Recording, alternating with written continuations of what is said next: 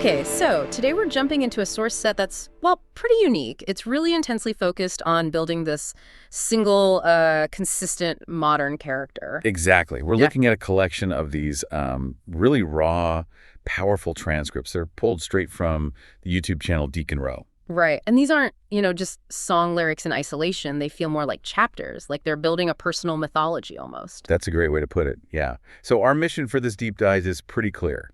We need to synthesize this material. We're covering 5 key tracks, things like Can't Rope Row, Devil's Coming, and that really striking one, Free Ain't Free. Mm-hmm. And the goal is to map out the core identity, sort of the moral structure, and the key conflicts for this specific figure. Okay. So we're exploring the voice of this self-proclaimed backroad king.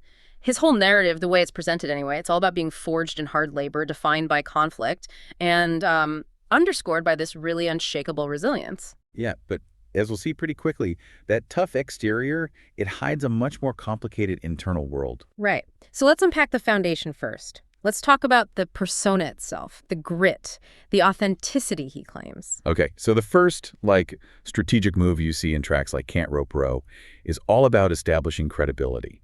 It's done through his origin story and, crucially, his effort. He doesn't just say he's tough. No, he defines himself by the specifics, the work. Exactly. The word. That grounding in reality hits you immediately. He says he came from the sticks, long days, hard labor, and that his money came from stacking my paper. Yeah, and you can almost visualize it, right? The details like steel toes on the gravel or his boot prints deep with the red dirt lay, it makes his past feel tangible. It does, and it feels like that authenticity is immediately used, well, defensively. Definitely. He draws this really deliberate hard contrast with what he calls city boys. Right, the ones who cap it, talk tough online, but they quiet in the barn when the boots meet mine. Yeah, and that's not just simple bragging. It feels like a tactical move. He's redefining his own social currency, saying his toughness is earned, on the ground, not just projected online. And his whole look, his aesthetic, it supports that tactical identity shift too. Totally. He explicitly rejects the usual symbols of fame or success. He says, no gold chains, just a buckle that shines. And the online validation piece too. Don't need no blue check look. Exactly. His focus is purely on the output. I don't chase fame, I just draw heat. He's building his kingdom entirely on his own terms. Backroad king boy, learn my way. That self-definition then seems to bleed directly into the next big theme, which is resilience, especially in that track, Won't Keep Me Down. Yeah, and he doesn't shy away from the pain, does he? He gives you the full picture. He's been kicked, I've been bruised, I've been knocked to the ground. But the insistence on survival is just absolute. You won't keep me down. That's the bottom line. And he frames the pain almost like tuition. Yeah. He says he paid for my lessons at a hell of a cause. Right. And the scars literally become strength. He argues every cut, every scar, every tear that I bled made me tougher than the words they said. It's an incredibly powerful way to frame enduring struggle, isn't it? It really is. And the message to anyone opposing him is basically that their blame or chains or hate, it still won't crown me. They can't touch his core sense of self. Okay, so that establishes this really unshakable exterior. You've got the physical toughness, the unyielding spirit. Right, but then the question becomes, who gets through that? Who does the backroad king actually let into his world? And what are the rules once you're there? Okay. And that's where the second major theme emerges, right? If he's this totally self-made man, it makes sense he'd have a pretty strict philosophy about, well, who owes who what? Exactly. Let's turn to those economic and social rules. They're really centered on that pretty unforgiving statement, free ain't free. Yeah, that one stands out. It really does. It's like a manifesto of transactional reality. It functions like a firewall, keeping external demands out. And he's very specific about what he is not for other people. Extremely specific. He's not your easy comfort. Not the bar where you spill your problems at night. And he's definitely not a financial crutch. Not the wallet you can raid when your pockets feel weak. It's a really comprehensive rejection of dependency, isn't it? Emotional, financial. Completely. No easy solutions, no soft landings. Ain't no free rides in my Chevy truck. And that warning, this ain't free housing, don't camp on my ground. Wow. It all boils down to this ultimate principle of his universe. Strict personal accountability. You made the choice, now you pay that fee. That line just echoes. It's the core law. The entire requirement is built around needing to stand on your own. That is, wow, that's a brutal economic reality he seems to impose on almost everyone. It feels so universally unforgiving. Why? Why the need for that kind of rigidity? Did the sources hint at where that came from? They absolutely do, yeah. This strict code seems to be a defensive reaction, specifically against betrayal, especially, it seems, in the context of his recent success. Ah, okay. He confronts people showing up only now, right? Mhm. Saying, don't call me up now that I got some money and fame. So it's a defense mechanism against. Against fake friends, as he calls them. People showing love, but they doing it wrong. It's a filter. A filter for opportunistic hangers-on. Okay, that makes sense. But thankfully, it's not just universal misanthropy, is it? The sources do show an exception. Yes, very clearly. He carves out a space for his innermost circle. He states, I jump for my fam, I burn for my tribe, I give love when it's real. Okay, so accountability and fees for the outside world, but this unconditional, almost fierce support for the few who are truly in.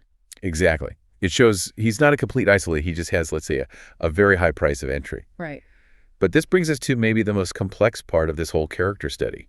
We've seen the tough exterior, we've seen the strict code, but where does that perfect logic, that control, where does it break down? It seems to break down internally, right? When we shift focus from his external dealings to his inner struggle, the tone of the sources changes dramatically.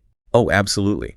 In tracks like Devil's Coming and Mercy, we go from this unropeable man to a man who seems genuinely terrified of spiritual consequence. Yeah. And maybe this is the internal price he pays for maintaining that incredibly unyielding external code.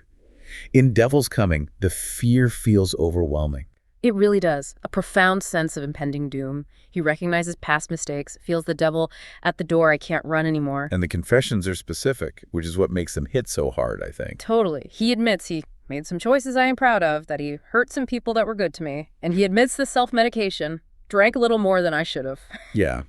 He's clearly grappling with the cost, the physical and the moral cost of the life he's lived. And he even frames that track like a warning to others, doesn't he? He does, describing the devil not just as an enemy, but as a grifter and a creep, and then reinforcing his core principle again. But internally this time, nothing worth living for is free. Implying maybe he made some moral deals? And now he feels he has to pay. It's like an internal accountability that's far greater, far scarier than the fee he charges other people. And contrasting that profound fear is the search for grace in the final track we looked at, Mercy. Which is just a stunning piece of vulnerability after everything else. And it's framed around that deeply traditional prayer, now I lay me down to sleep. Yeah. It really shows that the external success, the backroad king status, it hasn't healed whatever's going on inside. Not at all. He talks about riding down these lonesome roads, chasing dreams I can't seem to hold. That confirms the inner unrest is still there. And the plea is just so direct. Mercy me, come and wash this pain from me. And you get that ultimate contradiction of his entire character captured so beautifully in that one line. Whiskey on my breath, but a prayer in my chest. Exactly. He's begging for grace, asking, if grace is a river, let it flow over me because I'm drowning in the echoes. The tough shell, the king, is hiding a soul that seems desperate for external redemption. So putting it all together, that synthesis seems key. It really is the key takeaway. Yeah. The sources give us this incredibly detailed but fundamentally contradictory figure. Right. Defined by this relentless focus on material independence, physical toughness. Yet that very resilience is constantly undermined by his own moral failures and this deep, almost religious fear of ultimate judgment. His strength is defined by enduring, but his soul seems tested by his need for forgiveness. Precisely. And that juxtaposition, that's maybe the most important insight from this whole source set, wouldn't you say? I think so. Because the persona uses all the familiar genre markers, the truck, the whiskey, the hard work. Yeah, usual stuff. But injects them with this profound, complex moral accountability and, frankly, surprising spiritual depth. The same unyielding, unropeable guy demanding everyone pay that fee is the exact same person on his knees begging, mercy me. It elevates the source material way beyond simple genre tropes, doesn't it? Yeah. It creates this fully realized character who preaches complete independence. But recognizes that when the ultimate bill comes due, he needs to depend on something much bigger than himself to pay it. Yeah. It highlights the difference between maybe earthly resilience and spiritual survival. So wrapping up, we've seen this clear picture emerge. A character built entirely on self-reliance, hard work. Yet profoundly tormented by his past actions and the consequences he feels are coming for him. And the application here for you, the listener, Hmm. what should you take away?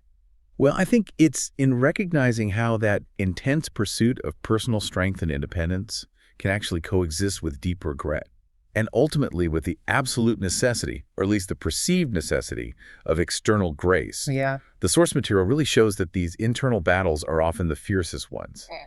and they're often fought by the people who seem the toughest on the outside. It definitely leaves us with an interesting thought, something for you to mull over that ties this whole narrative together. The sources hammer home this idea. You made the choice, now you pay that fee. Strict, economic, personal accountability. Right. No free rides. Exactly. And yet, one of the final, most powerful pleas is, mercy me, Lord, I'm down here on my knees.